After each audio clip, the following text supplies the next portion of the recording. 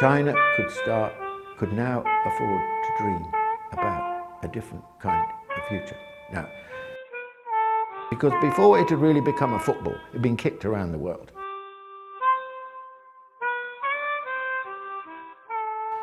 China has had the biggest economy of any country for something like 20 out of the last 22 centuries.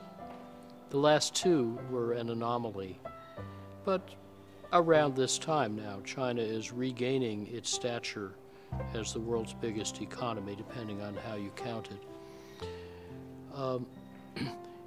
Even in the Tang Dynasty, China made more iron and steel than all of Europe. This went on for 100 or 200 years.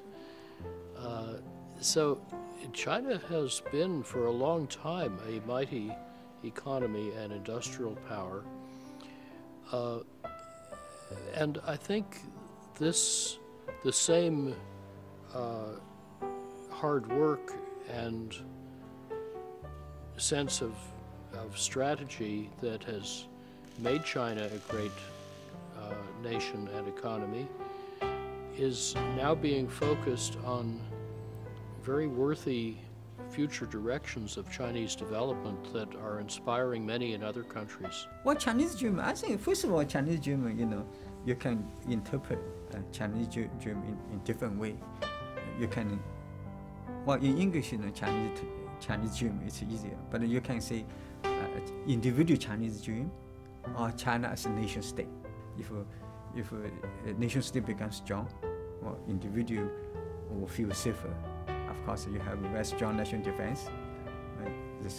But if an individual become rich, so the nation state will have a sound foundation. So I think currently, actually, the China actually leadership people actually are moving, in those two directions, accordingly, right? At the state level, also at the individual level.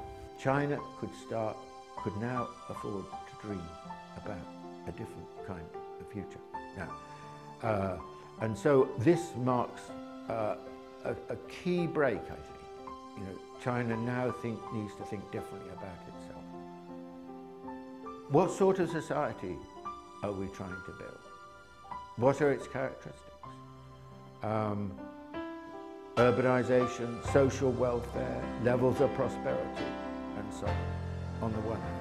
And on the other hand, China could now think for the first time for how long? More than 150 years. About its own place in the world, its own future. Because before it had really become a football, it had been kicked around the world. It was so weak. But now it was no longer in that position. China was now transformed. China was strong. China could think about not only what its place should be in the world, but what its role was in the world. Even the beginnings of being a great power. What kind of great power? What is a great power? And all of these things have become possible. And Xi Jinping's notion of China Dream is addressing this question. I think the aim of any government in the world is to provide for its people a better condition of life. So that's important.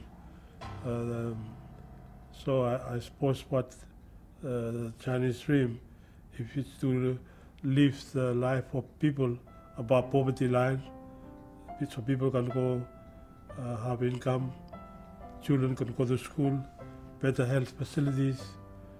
I think that's better for everyone in the world. What I think is the China dreaming is to keep more good relations with the world. Because if China has good relations in the world, the people have better conditions also. So what I should say is we should have in every parts of the world strong parties, as you have the Communist Chinese Party here.